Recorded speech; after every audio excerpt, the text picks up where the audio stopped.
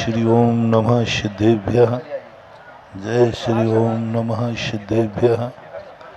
सर्वमंगल मांगल्यं सर्वकल्याणकारकं प्रधानं सर्वधर्माणां जैनं जयतु शासनं जैनं जयतु शासनं। पंच परमेष्टि भगवान की आचार्य श्री गुरुवर कुंद कुंद महाराज की आचार्य श्री गुरुवर विद्यासागर महाराज की।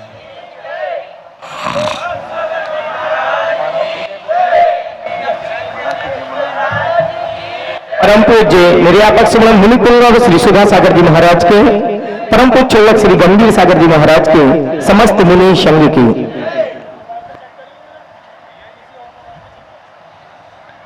इस संपूर्ण सृष्टि में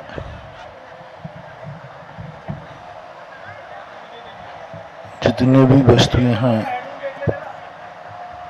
वो जड़ हो अथवा चेतन हो, भक्त हो या भगवान हो, गुरु हो अथवा शिष्य हो, माता पिता हो बेटा हो, पेड़ पौधे हो, हवाएं हो, जल हो, जो कुछ भी दुनिया में है, इनमें सदा दो शक्तियां विद्यमान होती हैं, कुदरत से हैं। वो शक्तियां किसी ने दी नहीं, किसी को कोई शक्ति कभी दे नहीं सकता, और वो स्वयं की जो निधि होती है उसे कोई छीन नहीं सकता। कोई भी दुनिया की ताकत छीन नहीं सकती। एक पत्ते में जो शक्ति है वो उसकी स्वयं की निजी है, उसे किसी ने दी नहीं है। तुलसी के पेड़ में औषधि गुण किसी ने दिया नहीं है, वो उसका स्वयं का है। नीम के पत्ते में कड़वाहट किसी ने दी नहीं है, वह उसकी स्वयं की है। जितने पेड़ हैं सब अपने अपना एक नेचर रखते हैं, वो नेचर किसी ने दिया नहीं है, वो उनकी स्वयं की बसियत है, जिन्होंने उन्होंने अपनी परंपरा से उन्होंने प्राप्त किया है। जो उनकी परंपरा थी, उनके पूर्वज थे। एक आम का पेड़ लगता है, उसके पूर्वज ने जो आम दिया था, उसका जो गुठली थी, बीज था, वो उसको बसियत में मिली थी। और उस बसियत में जो मिलता है, कोई भी वृक्ष आज तक अपनी बसियत से बाहर नहीं गया। जो बीज जिस रूप में बस पूर्वज सौंप जाते हैं, अपना विस्तार उसी दायरे में करता है। नीम की निवोली उसके पूर्व पेड़ ने दी थी। वर्तमान का पेड़ उस आचरण से विपरीत नहीं जाएगा, वो डेवलप करेगा बसियत को, वो डेवलप करेगा, जितना भी करेगा बसियत का स्वभाव नहीं छोड़ेगा। बोले मेरे जिससे मुझे ये बीज प्राप्त हुआ है वह वृक्ष मेरा पिता है, मैं उस नेचर से विपरीत नहीं जाएंगे। हवाएं जो है ऑक्सीजन बन के आती हैं, वो उनकी नेचर है। पानी प्यास बुझाता है, नेचुरल है, शीतल होता है। ऐसी ही दशा हमें इस प्रकृति को देखकर हमें अपनी खुद की बनाना है। हमें खुद की शक्ति को पहचानना है कि जो हमारी खुद की है, जो हमें बसियत में मिली है। ये दो शक्तियां भी दो प्रकार की हैं, एक हम खुद लेके आते हैं और एक हमें जहां जन्म लेते हैं वहां से मिलती है। जो हमें जन्म देता है उससे मिलती है, जिसके बीच में हम जन्मते हैं उससे मिलती है। और उनसे जो शक्तियां मिलती हैं वो अलग शक्तियां नहीं, हमारी शक्ति में ही समाहित हो जाती है। पिता की संपत्ति तुम्हारे नाम आते ही धीरे धीरे करके पिता गायब हो जाता है, वो संपत्ति तुम्हारी हो जाती है। कुछ दिन के बाद नहीं कहते हो कि पिताजी का मकान है, पिताजी के ऊपर जाने के बाद तो कहते हैं मकान मेरे ही है। वसीयत तो बहुत जल्दी मिटा देता है। दही में जामुन लगाते हो, डालते समय जामुन लगता है, लेकिन जमने के बाद पता नहीं चलता कि जामुन का अस्तित्व कहाँ गया, वो तो एक दही के रूप में मिल जाता है।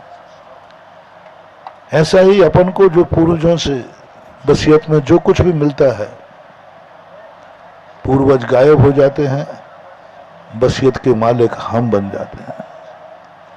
और जब कोई व्यक्ति वसीयत का मालिक बनता है, उस समय उसकी जिम्मेवारी हो जाती है, उस समय उसकी जिम्मेवारी हो जाती है। क्योंकि जब तक पिता मालिक था, हमारी कोई जिम्मेवारी नहीं थी। हमारे खेलने खाने के दिन थे, हमारे कुछ नहीं करना था, उनकी बात मानना थी, वो जो कह दें वो करना था। लेकिन जब वसीयत बन जाती है, तब हम मालिक बन जाते हैं। और जब हम मालिक बनते हैं तो हमारी जिम्मेवारियां बढ़ जाती हैं। फिर मालिक की जिम्मेवारी स्वयं तक नहीं रहती, उसकी जिम्मेवारी वहां तक बढ़ जाती है जो लोग उसकी छाया में आते हैं। राजा बनने के बाद व्यक्ति स्वयं की जिंदगी नहीं जीता, जीना भी नहीं चाहिए। स्वयं की जिंदगी को कितना भी कष्ट में डालना पड़ा, डाल देगा, लेकिन वो प्रजा को दुख नहीं दे सकता। वो अपने लिए जीते ही नहीं है। जो राजा अपने लिए जीता है, उस राजा का अंत अच्छा नहीं होता। वो राजा दुनिया में निंदा का पात्र बनता है। जो राजा अपनी जिंदगी के संबंध में विचार करता है, स्वयं के लिए सोचता है, वह संसार में रावण के समान, कंस के समान, हिरण्यकश्यप के समान, हिटलर के समान जीते तो हैं, राज्य तो करते हैं, लेकिन उनके मरने के बाद वो ऐसे मरते हैं कि दुनिया में उनका नाम भी कोई रखना नहीं चाहता, लेना नहीं चाहता। हमारी भारतीय संस्कृति में सबसे बड़ी बात कही कि तुम मालिक बनने की अनुभूति कब तुम्हें हुई, वो दिन बताओ। मालिक बनने की, बेटा बनने की नहीं, पिता बनने की, मनुष्य बनने की नहीं। तुम्हारे मन में कब आया कोई मेरे सहारे पर है? मालिक का अर्थ क्या होता है? मालिक का अर्थ यह नहीं होता है कि मैं बहुत बड़ा आदमी हूं, मैं बहुत शक्तिमान हूं। मैं बहुत शक्तिमान हूं, ये मालिक का परिभाषा नहीं है। मैं बहुत धनवान हूं, ये मालिक की परिभाषा नहीं है। मेरी हुकूमत बहुत चलती है, ये परिभाषा नहीं है। सारी दुनिया मेरी जयकार बोलती है, ये मालिक की अनुभूति नहीं है। ये हिटलर है, ये तो आतंकवादी है। जब तुम्हारे मन में ये सोच आए कि मैंने कितनी मेरी इज्जत है, सारी दुनिया मुझे हाथ जोड़ती है, समझ लेना ये मालिक नहीं है, ये हिटलर है।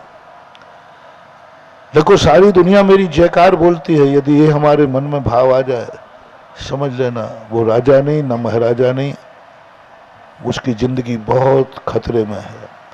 उसका विनाश होगा, बहुत बुरी तरह होगा, क्योंकि उसको ये भाव आ गया कि देखा मेरी कितनी लोग जयकार बोलते हैं, देखो लोग मेरे कितने आगे पीछे घूमते। कभी ये आया देखा मेरा प्रभाव कितना है, मेरे लोग आगे पीछे घूमते हैं सैकड़ों। हम सैकड़ों आदमी कर सकते, तुम सैकड़ों गाड़ियां कर लो। देखा मेरी हुकूमत कितनी है कि मेरे आगे पीछे 100 गाड़ियां घूमती हैं। महानुभाव, बहुत बुरा दिन आने वाला है, बहुत बुरा दिन आने वाला है। राजा से सीधे रंक बनने की शुरुआत हो गई। राजा से रंक बनने की शुरुआत हो गई जिस दिन तुम्हें आया कि मेरे कितने आगे पीछे लोग घूम रहे हैं।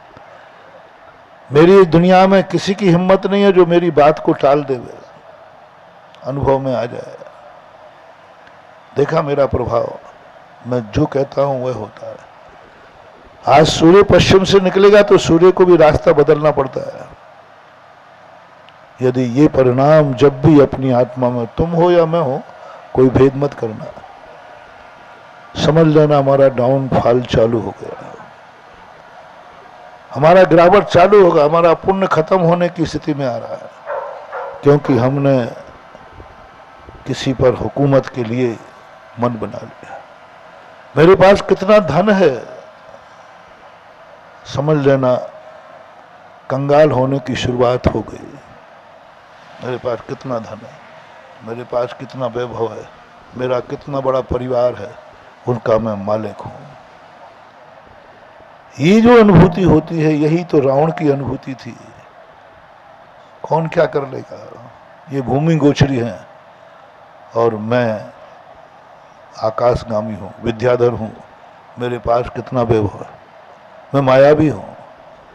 इनके पास है क्या? एक छोटी सी सेना है, मेरे पास अक्षौहिणी सेना है, सोने की लंका है, मेरे पास कुंभकर्ण जैसा भाई है, इंद्रजीत जैसा बेटा है, मैं ऐसा का राजा हूं, मैं लंका का। बस वहीं से उसका विनाश चालू हो गया था। बहुत बड़ा मोटिवेशन है महानुभाव। आप खुद अपने आप को परखना। आज के प्रवचन की शुरुआत में आप किस स्टेज पे आते हैं? 90% रावण की विचारधारा से आपकी विचारधारा मैच करेगी, हिटलर शाही से मैच करेगी। मैं एक बेटे का बाप हूं, मेरा बेटा बहुत अच्छा है, समझ लेना आपकी बापगिरी कलंकित होने वाली है। मैं एक बेटे का बाप हूं, ये अनुभव में तुम्हें आ गया, समझ लेना आपका पतन चालू हो गया। मैं एक स्त्री का पति हूं, समझ लेना आपका पतन चालू हो गया। मैं एक मकान का मालिक हूं, समझ लेना पतन चालू हो गया। मैं इस प्रजा का राजा हूं, समझ लेना पतन चालू हो गया। मेरे पास एक बहुत बढ़िया बगीचा है, मैं इस बगीचे का मालिक हूं, पतन चालू हो गया। मेरे पास एक पेन है, ये पेन मेरा, मैं मालिक हूं, पतन चालू हो गया। मैं बहुत भाग्यशाली हूं, मेरे पास भगवान है, पतन चालू हो गया। मैं भक्त हूं, भगवान मेरा है, मेरे पास है, पतन चालू हो गया। गुरु महाराज और मेरे बड़े पुण्य हैं, मेरे पास गुरु महाराज हैं, पतन चालू हो गया। महाराज हम लोग बहुत भाग्यवान हैं, झांसी में महाराज आ रहे हैं, है ना? पतन चालू हो गया। मेरे पास आंखें हैं, पतन चालू हो गया। मेरे पास कान है, पतन चालू हो गया। मेरे पास हाथ है, पतन चालू हो गया। मेरे पास पैर है, पतन चालू हो गया। तुमने जिस बात पर अपनी मलकियत जताई वहीं से पतन चालू हो गया। किसी भी चीज, मैंने तो छोटे सी पेंसिल की बात कह दी, किसी भी चीज तुरंत हमारा पुण्य क्षय को प्राप्त हो जाता है, तुरंत हम एक नंबर कम आएंगे। जैसे मैंने कहा मेरे पास मालूम कितनी बढ़िया पेंसिल है, ये मेरी है, मैं इसका मालिक हूं, बस आपका एक नंबर गिर गया। आप जिस ऊंचाई पे बैठे थे एक नंबर नीचे आ गए। बोलो, जिस अनुभूति की चर्चा मैं कर रहा हूं यह आप लोगों में होता है या नहीं होता है। बस इसी कारण से तुम लोग इतना पुण्य लेके आए, इतना पुण्य लेके आए हो, फिर भी तुम्हारा पुण्य कम पड़ता है। तुम ना अपनी इच्छा से जी पा रहे हो, ना अपनी इच्छानुसार देख पा रहे हो, ना तुम अपनी इच्छानुसार सोच पा रहे हो। तुम्हारा मन तुम्हारा है, लेकिन वो तुम्हारे अनुसार नहीं चलता है। तुम कहीं ले जाते हो ब्रो, क्या तुम्हारी जिंदगी में मन में वही बातें आती हैं जो तुम चाहते हो, कि अनचाही भी आती हैं? मन में अनचाही भी आती, क्यों आई? मन तो मेरा था ना, मन तो मेरा था, मेरे मन में अनचाही बात क्यों आई? जो मैं मन में नहीं चाहता था वो मेरे मन में बात आ गई, क्यों आई? जब मन मेरा था तो बस यहीं से तो बहुत बड़ी भूल हो रही। आंखें, क्या हम आंखों से वही देखते हैं 24 घंटे जो हम देखना चाहते हैं? क्या इन आंखों से वो चीज नहीं दिखती जिसको हम देखना भी नहीं चाहते थे? आता है, हम देखना नहीं चाहते वही हमारे सामने आ जाता। जो हम सुनना नहीं चाहते वही बात हमारे कान में। हमारे कान कैसी बातें करते हैं आप? कान किसके हैं? हमारे। तो फिर हमारे कान होकर वो बात क्यों सुनते हैं हमारे कान जो हम सुनना नहीं चाहते? हमारी आंखें होकर वो क्यों देखती हैं जो हम देखना नहीं चाहते? हमारे मुख से वो शब्द क्यों निकल जाते हैं जो हम बोलना नहीं चाहते? होता है कि नहीं ऐसा? बाद में, अरे मैं बोलना नहीं चाहता था। अरे बोलना नहीं चाहता तो कैसे बोल गया? मुख किसका है? मुख तो मेरा है। जब तुम्हारे खुद के मुख पर तुम्हारा कंट्रोल नहीं है तो दुनिया पर क्या कंट्रोल करोगे? इस बहुत बड़ी भूल को अपन को पकड़ना है। शास्त्रों में हमने पढ़ा है कि जो भी मनुष्य बनता है वो भी भारत देश का अतीत का बहुत बड़ा धर्मात्मा होता है, बहुत बड़ा पुण्यात्मा होता है। इस 3 लोक में सबसे ज्यादा वीआईपी स्थान है तो भारत देश का। और उस भारत देश में आपका जन्म हुआ है। बहुत पुण्यात्मा थे, छांट के लाए गए, लेकिन यहां आकर के तो वो पुण्य कम पड़ रहा है। क्यों? क्योंकि हम हर चीज के मालिक बन रहे हैं और मालिक की परिभाषा जानते नहीं। हमने परिभाषा बनाई है मालिक की कि सारी दुनिया का रिमोट कंट्रोलर मैं बनूं, सारी दुनिया मेरे हुकूमत में हो, सारी दुनिया मेरी कठपुतली बनकर नाचे, मैं जो चाहूं वह दुनिया में होना चाहिए। ये परिणाम हमारी सारी अतीत की कमाई हुई जिंदगी को भस्म कर देता है। मैं चाहता हूं सारी दुनिया मेरी मुट्ठी में हो, और सारी दुनिया, और कह दूं, जब बहुत ज्यादा अहंकार आता है ना, सारी दुनिया मेरी पैर की जूती है। सारी दुनिया हाथ की नहीं, अभी तो मैंने थोड़ा अच्छा कहा था, सारी दुनिया मेरी मुट्ठी में हो। कभी कभी क्रोध आ जाए ना, अरे तू कहाँ लगता है, तो मेरी पैर की, थोड़ा बोल दिया करो। थोड़ा जूता शब्द मुझे अच्छा नहीं लगता है, आप लोग बोलते रहते हो ना, सब दुनिया मेरी पैर की जूती है। लगती कहाँ है? सारी दुनिया मेरी मुट्ठी में है। महानुभाव, ये मालिक बनने की परिभाषा नहीं है, ये मालिक बने से गिरने की परिभाषा है। मालिक कौन? मालिक सबको बनना है, मैंने पहले ही कहा।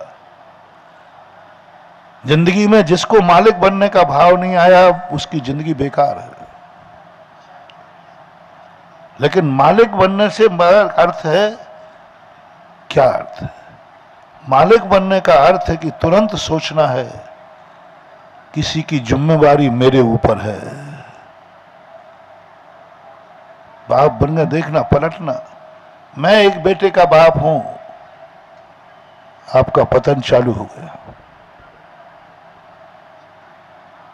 पतन चालू हो गया। मैं एक बेटे का बाप हूं। पतन चालू हो गया, इसी को पलट देना। मेरे ऊपर एक बेटे की जिम्मेवारी है, बेड़ा पार हो गया। दोनों में कितना अंतर है। मैं एक बेटे का बाप हूं, अहंकार आया कि नहीं?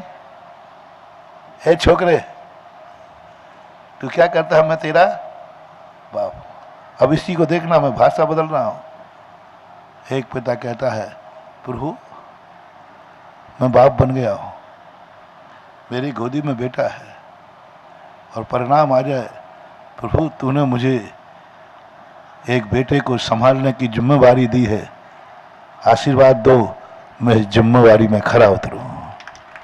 बोले इसमें अहंकार झलक रहा है कि विनम्रता? और बाप बनने में, मैं बाप हूं, मेरी जिम्मेवारी बढ़ गई। ओहो, मेरे पास एक बेटा है, इसकी जिम्मेवारी मेरी है।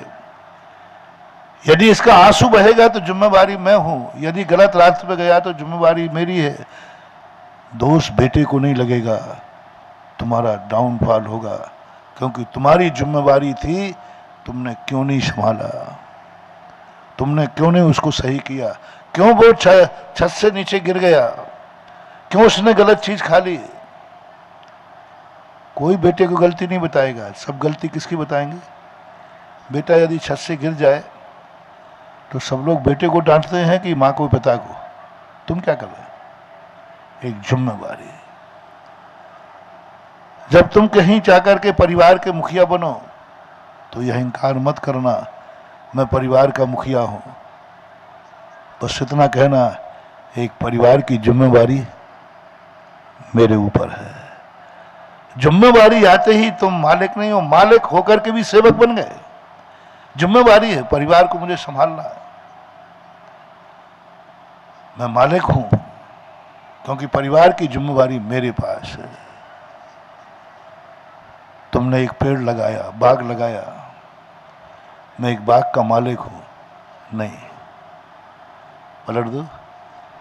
इस बाग को हरा भरा रखने की जिम्मेवारी मेरी है। देखना, एक एक पौधा तुम्हारे लिए बददुआ देगा। जब तुम कहते हो इस बगीचे का मालिक मैं हूं, इस पेड़ का मालिक मैं हूं, और थोड़ा इतना कह देना, ये बगीचा बहुत अच्छे से लगाया, बहुत सुंदर लग रहा है पेड़, इसको हरा भरा रखने की जिम्मेवारी मेरी है। अब तुम्हारे लिए दुआ मिलना चालू हो गई। एक एक पौधा तुम्हें दुआ देगा, क्योंकि तुमने ये कह दिया पेड़ मेरे लिए नहीं है, मैं पेड़ के लिए हूं। पहला क्या कह रहा था? इस पेड़ का मालिक मैं हूं, ये सब पेड़ मेरे लिए हैं, मेरे लिए है, मेरे शौक के लिए हैं। और जैसे तुमने ये कहा इस बगीचे की जिम्मेवारी मेरी है, तैसे पेड़ समझ गया कि इसके लिए मैं नहीं हूं, ये मेरे लिए है। ओहो, ये मेरे लिए है, क्या बोल रहा है? इस बगीचे की जिम्मेवारी मेरी है, मैं सदा इसको हरा भरा देखना चाहता हूं, ये जिम्मेवारी मेरी है। जैसे ही आपने ये वर्णना दी, एक एक पौधे को स्पर्श हो गया, और वो पौधा तुम्हारे लिए थैंक्स कहना चालू कर दिया। उसी समय पौधा कहेगा, ओ ये है मेरा बॉस, ये है मेरा मालिक, जो मेरे हरा भरा रखने की जिम्मेवारी समझता है। जिम्मेवारी। आपके पास जब कोई मकान है, इस मकान को पवित्र बनाए रखने की जिम्मेवारी मेरी है। तुम भगवान के पास गए, मंदिर, ये भगवान मेरा है, भगवान मेरा है, भगवान मेरे पक्ष में है। नहीं, भगवान मेरे पास है, भगवान मेरा है, बस पलट दो बात। मेरी जिम्मेवारी है कहीं भगवान के विपरीत कोई कार्य ना हो जाए, ये जिम्मेवारी भगवान की नहीं, मेरी। बस हो गया मंदिर, हो गया आशीर्वाद। भगवान कहेगा क्या कह रहा है तू? हाँ प्रभु, आपकी जिम्मेवारी मेरी है, आपको विपरीतता नहीं हो जाए। हनुमान ने क्या किया? कुछ नहीं। 24 घंटे एक ही बात थी कि मेरे ऊपर श्री राम का हाथ है, तो उन्होंने अहंकार नहीं किया कि है दुनिया क्या कर लेगी मेरे ऊपर, भगवान का हाथ। जब किसी बड़े का हाथ आता है तो अक्सर कर लोगों को क्या होता है, अहंकार आता है। यदि तुम्हें थोड़ा सा पता चल जाए कि भगवान की छाया मेरे ऊपर है, भगवान की कृपा मेरे ऊपर है, तो वो लोग कहाँ चलोगे, जमीन पे कि आकाश में? अरे क्या है, खबरदार, तू मुझे समझता नहीं है मेरे ऊपर। वो कहते हैं ना बुंदेलखंड में, सैया हुए कोतवाल तो डर खाएगा। यहां तो भगवान ही कोतवाल हो गए, अब डर खाएगा। रावण ने यही भूल की थी। क्या कर लेगा दुनिया, मेरे ऊपर महादेव का हाथ है, महादेव का वरदान है, क्या कर लेगा दुनिया। मुझे अटूट शक्ति मिली है, मैं कैलाश पर्वत को उठा के फेंक सकता हूं। क्या करेंगे भूमि गोचरी, मेरे ऊपर भगवान का हाथ है, भगवान का वरदान है। बस वहीं से उसका पतन चालू हो गया था। महादेव का भक्त था रावण, वैष्णव दर्शन के अनुसार। जैन दर्शन के अनुसार 16वें तीर्थंकर शांतिनाथ का भक्त था, पर भक्त था, बहुत बड़ा भक्त था। ऐसा भक्त में इतनी भक्ति शायद हनुमान ने भी नहीं की, हम और आप तो कर ही नहीं सके। आज तक दुनिया में ऐसा कोई भक्त नहीं हुआ जिसने भक्ति में शीश काट के चढ़ा दिए। ऐसा भक्त, ऐसा समर्पण, ऐसा समर्पण। जैन दर्शन के अनुसार वीणा बजा रहा था, उसने हाथ की नस निकाल के वीणा को लगाया, लेकिन भगवान की भक्ति पूरी की। आज तक मुझे दूसरा कोई उदाहरण, किसने सिर काट के चढ़ाया? सिर तो ना जाने कितनों के कटे हैं, लेकिन भगवान के लिए काट के चढ़ाने वाला एक ही हुआ। इतना बड़ा भक्त होकर के आज उसकी निंदा क्यों हो रही है? इतना बड़ा भक्त होकर दशहरा मैदान में क्यों जलाया जाता है हर साल? इतना बड़ा भक्त होने से निंदा का पात्र क्यों बना? भगवान की कृपा जिस पे थी उसको अपन गालियां दे रहे हैं। भगवान का वरद हस्त जिस पे था उसको अपन जला रहे दशहरा मैदान में। भगवान महादेव का वरदान था जिसको ऊपर उस लंका को नाश कर रहे हैं हनुमान। क्या बात है, बहुत बड़ा मनोभाव, बहुत बड़ा मोटिवेशन। उसे भगवान के आशीर्वाद का, मेरे ऊपर भगवान का आशीर्वाद है, भगवान की कृपा है, बस वही उसके पतन का कारण बना। अब हनुमान जी की तरफ चलते हैं।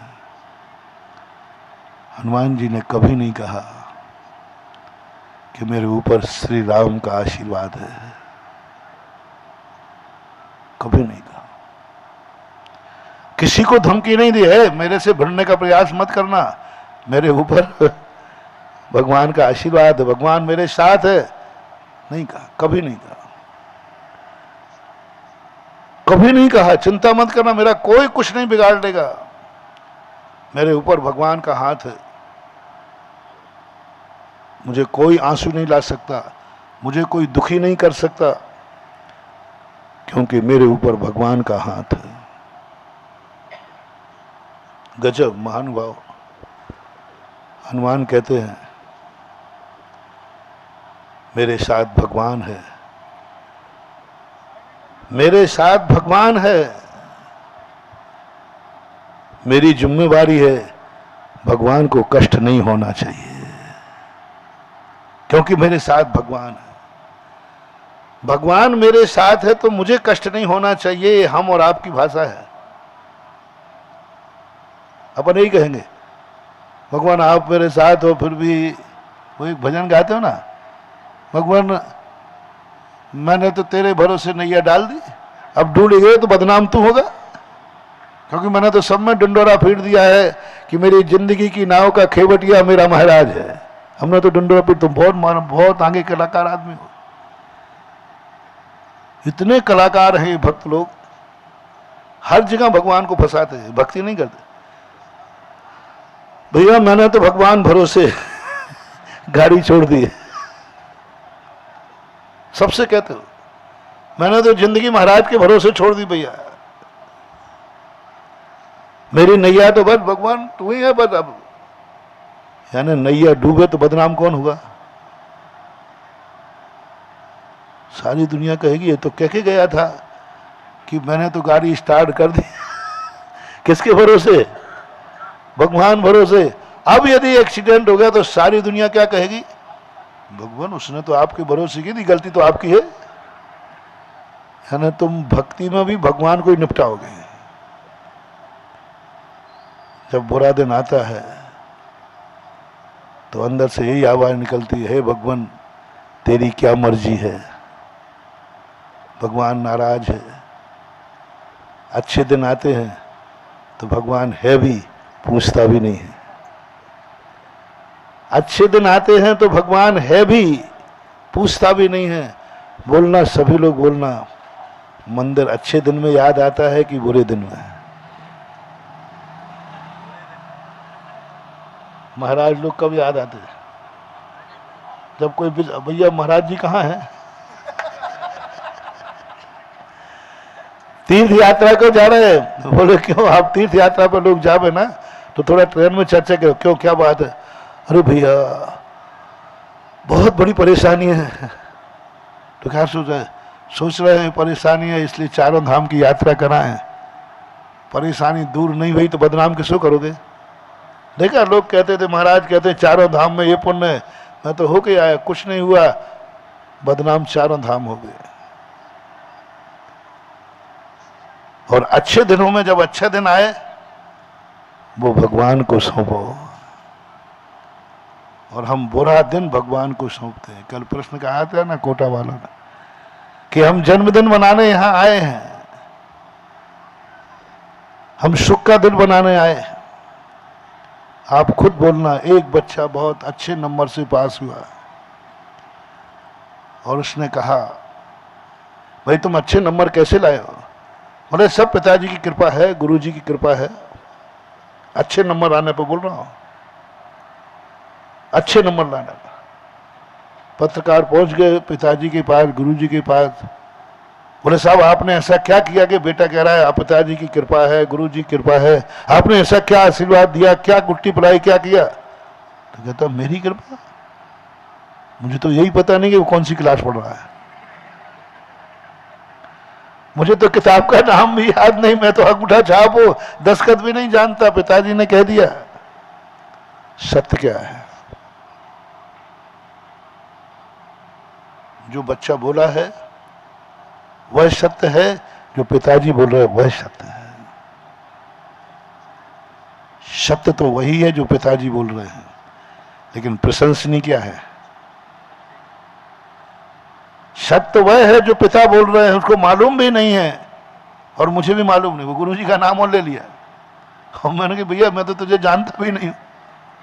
ये सत्य है, लेकिन प्रशंसनीय क्या है? ओ पिताजी ने कुछ नहीं किया, फिर भी बेटा किसको श्रेय दे रहा है? प्रशंसनीय है। दूसरा बालक बैठा था वहीं पर, हो सकता है वो झांसी का हो, वो फेल हो गया था। उसने कहा ऐसा बोलने से कि मेरी जिंदगी में बेटा कैसे पास हुए, सब कह दो पिताजी से हुआ, पिताजी से हुए, तो सब लोग प्रशंसा करते, ओहो क्या बेटा है, क्या बेटा है, कितना अच्छा बेटा है, देखो क्या, ये सब प्रशंसा। और बाप ने भी आंखों में आंसू आ गए और गले से लगा लिया, बेटा मुझे तो कुछ पता ही नहीं, तो सारी दुनिया में डंडोरा पीट रहा है कि सब पिताजी की कृपा है। उन्होंने भी शाबाशी दे दी। दूसरे बेटे ने कहा, वो फेल हो गया था, उसने हुबहू नकल की, घर गया, बोले क्या बात है बेटा? बोले फेल हो गया। बोले कैसे हो गया? सब पिताजी आपकी कृपा है। पिताजी ने कहा मेरी कृपा, उठाया डंडा, मर गया साल भर फीस दे दे करके। अब वो छोकरा सोचता है कि कहीं कौन से शब्द में गलती हो गई। जो शब्द उसने बोले वही तो, एक शब्द का भी अंतर नहीं था, नकल पट गड़बड़ नहीं करता, ज्यों का त्यों वही शब्द बोले। मेरे दोस्त ने बोले तो उसके पिता ने गले लगा लिया, और मैंने बोला तो मेरे पिता ने मुझे डंडा मार दिया। शब्दों में कोई अंतर नहीं था, फर्क था वह फेल होने की जिम्मेवारी किसको दे रहा था, और वह पहला वाला पास होने की। बस ये बहुत छोटा सा उदाहरण है महानुभाव। तुम कौन से नंबर में हो, पहले के दूसरे?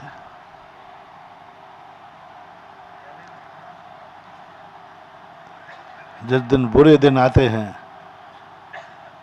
तो भैया क्या बात है, बोले आजकल भगवान की कृपा टेढ़ी है। आजकल किसी कह रहे तुम्हारे कई बुरे लोग आते हैं, बोले महाराज जी आजकल आपका आशीर्वाद ठीक नहीं चल रहा। मैंने कहा भैया क्या बात है, सीधा मुंह पे बोल देते ठीक नहीं चल रहा। नहीं महानुभाव, हमारा जितना भी गार्जियन है, हम अच्छे दिन का श्रेय उनको दें और बुरे दिन का श्रेय अपने माथे पर लें। हमारे बुरे दिन आए, हम भगवान को ना कोसें, हम गुरु को ना कोसें, हम धर्म को ना कोसें। हम कोसें ये हमारी भूल है। और अच्छा दिन आवे तो मैं क्या है, मेरी क्या बकत है, मेरी क्या औकात है, सब भगवान की कृपा है। इसलिए मैंने कहा था अच्छे दिन में भगवान को याद किया करो, अच्छे दिन में मंदिर जाया करो, अच्छे दिन में गुरु के पास जाया करो, अच्छा दिन अच्छे लोगों बीच में बिताया करो। अच्छा दिन, क्योंकि मेरा अच्छा दिन है और सारे दुनिया को दिखाना चाहता है कि जो मेरा अच्छा दिन है ना, वो इन प्रभु की कृपा से है। हंसते हुए जब मंदिर जाओगे, क्यों भाई हंसते हो, क्यों जा रहे हो? बोले आप देख लीजिए मैं मंदिर जा रहा हूं इसलिए हंस रहा हूं। ये जिम्मेवारी हम नहीं समझ पा रहे। हम भगवान को अपनी जिम्मेवारी दे रहे हैं, हमारी जिम्मेवारी भगवान के प्रति कुछ नहीं है। जब हम अपनी सारी जिंदगी की जिम्मेवारी भगवान को दे देते हैं और हम निश्चिंत हो जाते हैं, हमें कोई डर नहीं, मेरा जिम्मेवार भगवान है, इसी का नाम रावण है। मुझे कोई मेरा कुछ भी नहीं बिगाड़ पाएगा। ऐसा परिणाम आना समझ लेना पतन का कारण है, रावण की नीति है। हमें भक्त बनना है।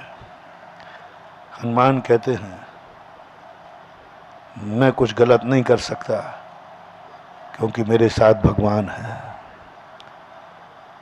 रावण कहता है मैं कुछ भी गलत करूं कोई कुछ नहीं बिगाड़ पाएगा, मेरे साथ भगवान है। मैं कुछ भी करूं मेरा कोई कुछ नहीं बिगाड़ पाएगा क्योंकि मेरा सैया कोतवाल है। वो सैया हुए कोतवाल डर एक मुहावरा है।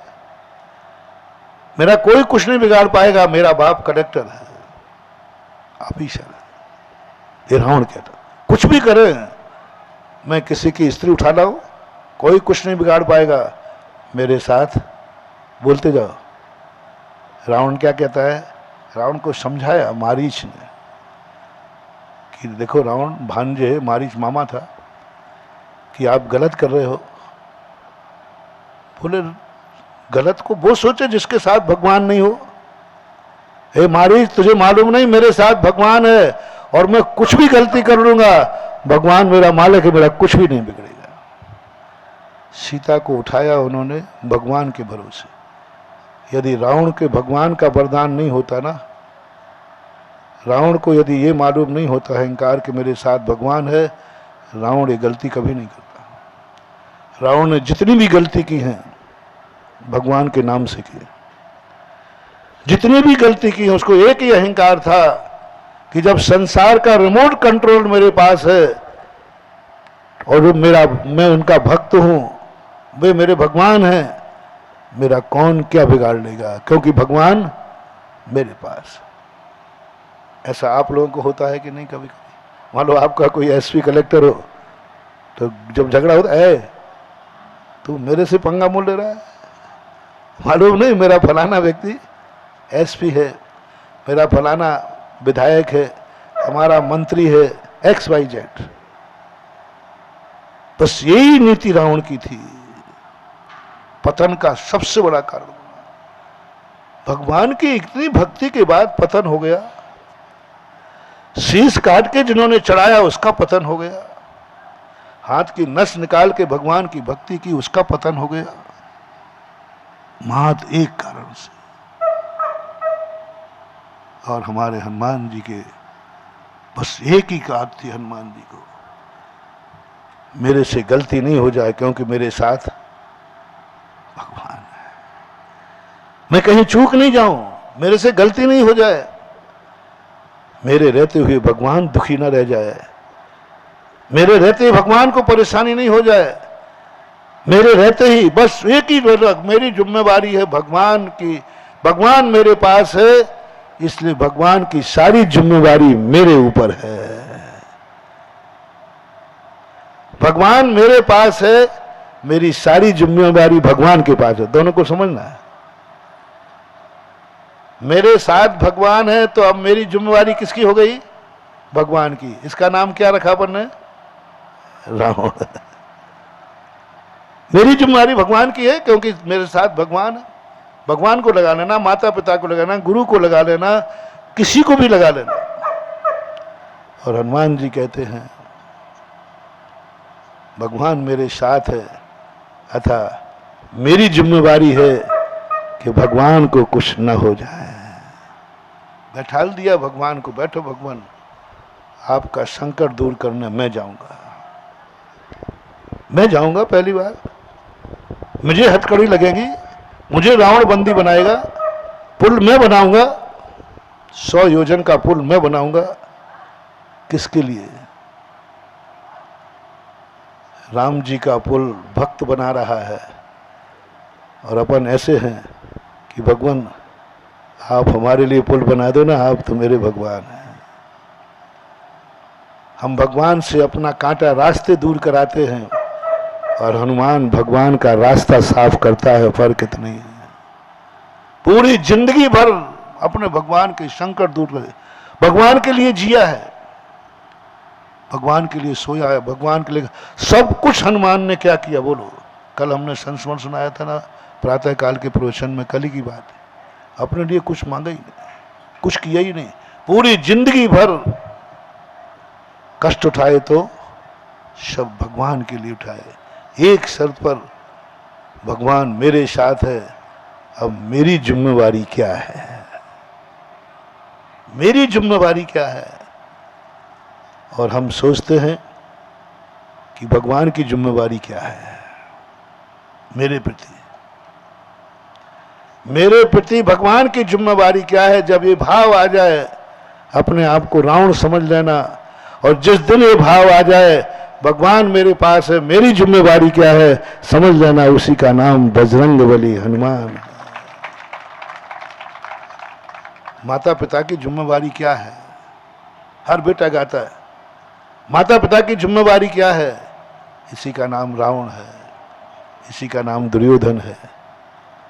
और ये भाव कर लो, माता पिता मेरे पास हैं, मेरी जिम्मेवारी क्या है? कितना अंतर आ गया भैया। माता पिता हैं, मेरी जिम्मेवारी क्या है? सुबह से शाम तक माँ बाप की क्या जिम्मेवारी है, ये सोचने की हमारे लिए अधिकार नहीं है। भगवान की क्या जिम्मेवारी है मेरे प्रति, ये मुझे सोचने का अधिकार नहीं है, सोचने का अधिकार नहीं है। यदि सोचते हैं हमारा पुण्य क्षय हो जाएगा। हमें सोचना है कि माँ बाप के प्रति मेरी जिम्मेवारी क्या है। मेरी जिम्मेवारी, आपने विवाह किया, आप हमेशा कहते हैं एक स्त्री की जिम्मेवारी क्या है? जब झगड़ा करते हैं तुम्हारी जिम्मेवारी क्या है? इसी का नाम है रावण। जब शादी के बाद पति सोचे अब मेरी जिम्मेवारी क्या है, इसी का नाम है श्री राम। सीता की जिम्मेवारी क्या है, रामचंद्र जी ने नहीं कहा। सीता पर कष्ट आया है, मेरी जिम्मेवारी क्या है, मेरी जिम्मेवारी क्या है। रामचंद्र जी ने एक ही कहा, लक्ष्मण मेरी जिम्मेवारी क्या है। कभी श्री राम ने ये नहीं कहा सीता से, हे सीते तेरी जिम्मेवारी क्या है। हमेशा एक ही अच्छा पति सोचता है, मेरी जिम्मेवारी क्या है। बस इसी बात को लेकर के श्री राम ने एक ही कहा, मैं जोरू का गुलाम नहीं हूं लक्ष्मण। एक पिता ने मुझे कन्या सौंपी है, तो मेरी जिम्मेवारी क्या है, उसकी सुरक्षा करना। और ये वातावरण जिस दिन तुम सारी दुनिया में अपना बना लोगे, सारी दुनिया तुम्हारी हो जाएगी, सारी दुनिया के वरदहस्त तुम्हारे हो जाएंगे। भगवान भी एक दिन कहेगा तेरे लिए हर वस्तु देने को कम पड़ रही है, मांग ले क्या मांगना है, कहेगा। हनुमान से कहा, मांग ले तुझे क्या मांगना है। दुनिया कह रही कि दुनिया प्रभु अब क्या हो गया, दुनिया तो आपके दरवाजे मांगती है, और आज क्या हो गया है आपको कि आप देने वाले से कह रहे हैं। बस इसी का अर्थ है, खुद ही को कर बुलंद इतना कि खुदा बंदे से पूछे कि तेरी रजा क्या है। बस सबसे बड़ा वरदान महानुभाव। पिता कहे उठे, बेटा बोल क्या चाहिए है। तूने आज तक तो कुछ मांगा ही नहीं है। मां बोल उठे, बेटा बता क्या खाना है। तूने आज तक तो कभी मांगा ही नहीं है, मांगा ही नहीं, तू मांगते ही नहीं, मांगते ही नहीं है। बोल क्या मांग रहा, क्या खाएगा। तुम तो पहले से चिल्ला दो, मम्मी आज मैं ये खाऊंगा, भिकमंगा कहीं का।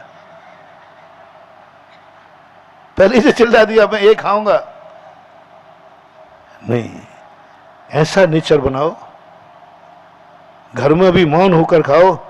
मां पूछे, बेटा तू तो कुछ कहते ही नहीं, क्या खाएगा बोल। तो एक ही बात कह देना, मां मेरे जीवन में एक ही भावना है, मेरे गुरु ने कहा है मां के सामने अपनी इच्छा व्यक्त कभी मत करना। बस तू तो एक ही बात कहना, मां जो खिलाएगी वही मेरी इच्छा है।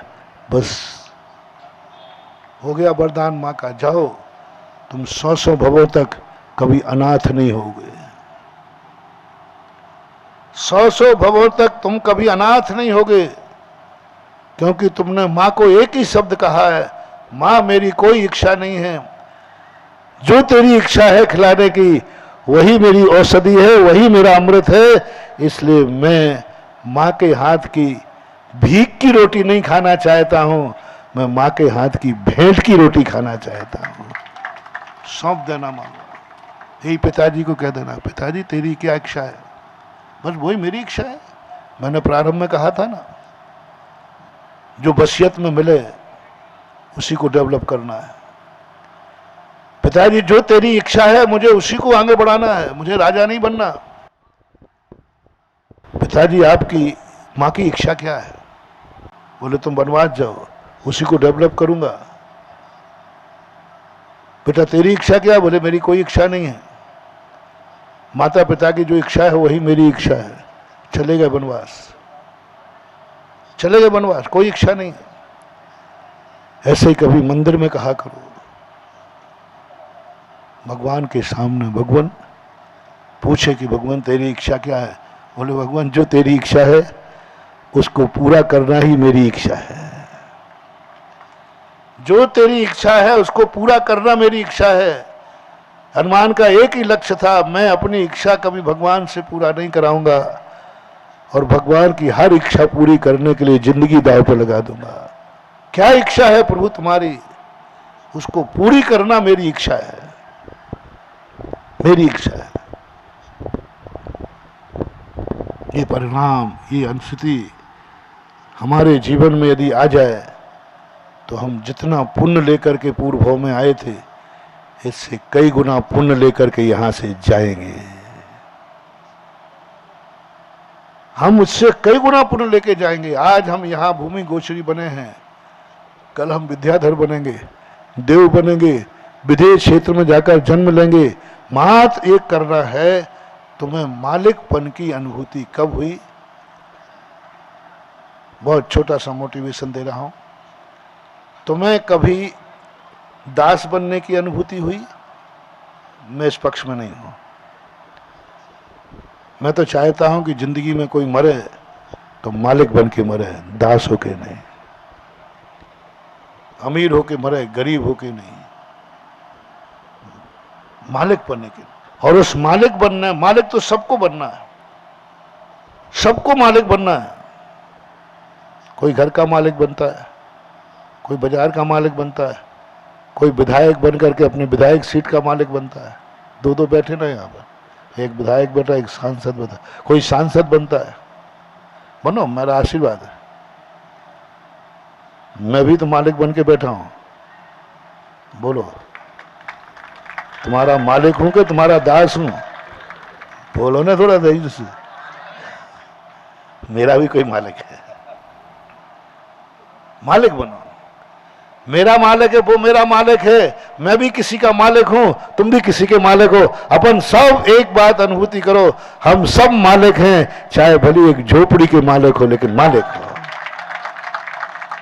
चाहे भली एक बेटे के मालिक हो लेकिन मालिक हो, चाहे भली एक दो आंखों के मालिक हो लेकिन मालिक हो। दो कान तुम्हारे पास है, कुछ भी तुम्हारे पास नहीं रहे। आज का मोटिवेशन, आज का सारे जगत जो लाइव में सुन रहे हैं, सारे दुनिया में सुन रहे हैं, उनको एक मोटिवेशन, आज के बाद तुम अपने आप को मालिक बनोगे। आज मैंने सारे विश्व को मालिक बनने का आशीर्वाद दिया है, क्योंकि मैं दास ना मैं बनता हूं और ना ही मैं अपने भक्तों को बनने देता हूं। मेरा तो मन करता है संसार का हर व्यक्ति मालिक बने, और मालिक हो। मैं बनाने वाला कौन हूं? तुम्हारे पास कुछ भी नहीं हो, मान लो झोपड़ी में फुटपाथ पे हो, तो मैंने बता दिया, दो आंखें तो है ना। सुबह उठ कर कहना मैं मालिक हूं, किसका? दो आंखों का। बहुत बड़ा positive power thinking, positive thinking, शुभ सगुन। सुबह उठ करके तुम्हारे मन में यदि दासता का भाव आ गया, पूरा दिन दासता में निकलेगा। सुबह उठते ही गरीबी का भाव आ गया, पूरा दिन गरीबी में निकलेगा। मालिक बनकर के उठो, मालिक बनकर उठो। दो आंखें जब नींद खुली तो दो आंखें का एहसास हुआ कि वो भी गायब हो गई। अनुभूति करो, मैं मालिक हूं दो आंखों का, मैं मालिक हूं दो कानों का, मैं मालिक हूं दो हाथों का, मैं मालिक हूं दो पैरों का, मैं मालिक हूं मस्तिष्क का, मैं मालिक हूं। बोलो, इस दुनिया में दास कौन है? फिर कौन दास?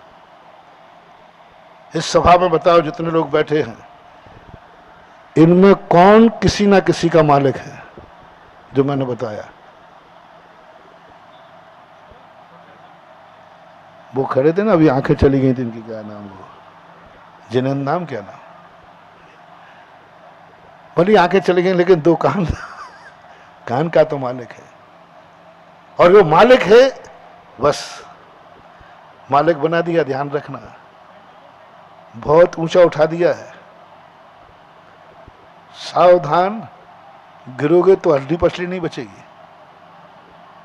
ऊंचा उठना सरल है, ऊंचाई पर पहुंचने के बाद संभलना कठिन है। कितना ऊंचा उठा दिया मैंने तुम्हें, कितना ऊंचा बताओ तो सही। मालिक, और मेरा दावा है, मैंने तुमसे मालिक कहा है तो तुम सदा मालिक ही रहोगे। कितनी योग्यता है पैसे में? एक शराब भी पी सकता है। धन से व्यक्ति को ऊपर उठना चाहिए या नाली में गिरना चाहिए? कोई भी चीज अपने पास आई है, वो अपने पतन के लिए कि उत्थान के लिए? बोलो। धन अपने पास आया उत्थान के लिए कि पतन के लिए? तूने तो धन से बोतल खरीद के नाली में गिर गया। अब लक्ष्मी कहती मैंने गलती कर दी, मेरे कारण से इसका पतन हुआ, मेरे कारण से नाली में पड़ा है। अभिशाप दे दी, नहीं अब इसके पास कभी नहीं आऊंगी, क्योंकि मेरे आते इसका पतन हो जाता है। और तुमने जिम्मेवारी ले लेके नहीं, धन आया है, मैं धन को इतनी इज्जत दिलाऊंगा, इतनी इज्जत दिलाऊंगा कि सारी दुनिया कहेगी कि ये भगवान ये कभी गरीब नहीं हो गए। अभी बरुआ सागर को मैं वरदान दे के आया कि बरुआ सागर कभी खाली नहीं होगा, कभी खाली नहीं होगा। गांव में क्या डर रहता है कि गांव कभी भी, लेकिन बरुआ सागर कभी खाली नहीं होगा, क्योंकि उन्होंने धन का सम्मान किया है, धन को इज्जत दी है। धन के माध्यम से वो नाली में नहीं पड़े, धन के माध्यम से सारे विश्व की प्रशंसा के पात्र बन गए। उन्होंने धन को मोड़ दिया कि नहीं, धन को इज्जत दिलाऊंगा मैं। तो जब तुम्हारे पास 2 पैसा हो, तुम्हारी जिम्मेवारी है कि उस पैसे का, उस लक्ष्मी का दुरुपयोग नहीं करना। जो भी तुम्हारे पास है, समय आपका हो गया। आज का बहुत बड़ी बात महानुभाव आपको कही, सब लोग मालिक बने, लेकिन जो तुम्हारे अधीनस्थ हो, मालिक वही है जिसके कोई अधीन होता है। जो अधीनस्थ तुम्हारे हो उसकी जिम्मेवारी तुम्हारे ऊपर है। जाओ, तुम्हारी मलकियत सदा बहार रहे, मेरा आशीर्वाद।